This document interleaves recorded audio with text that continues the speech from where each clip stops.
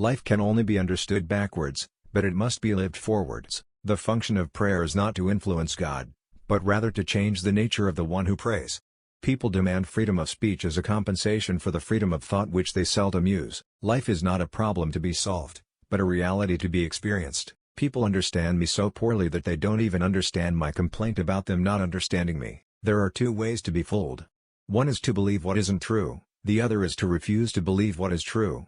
It is perfectly true, as philosophers say, that life must be understood backwards.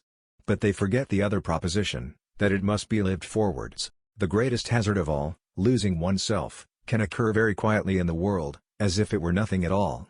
No other loss can occur so quietly. Any other loss, an arm, a leg, $5, a wife, etc., is sure to be noticed. I see it all perfectly. There are two possible situations, one can either do this or that.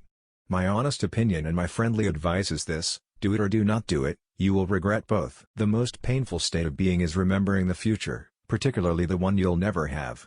The Bible is very easy to understand. But we Christians are a bunch of scheming swindlers.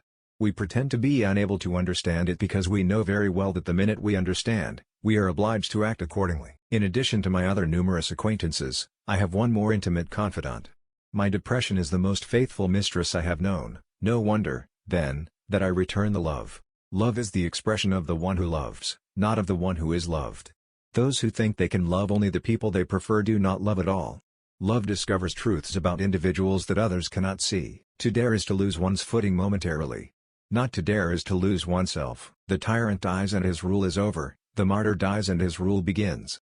To venture causes anxiety, but not to venture is to lose oneself.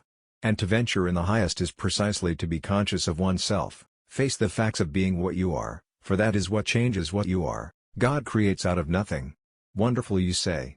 Yes, to be sure, but he does what is still more wonderful: he makes saints out of sinners.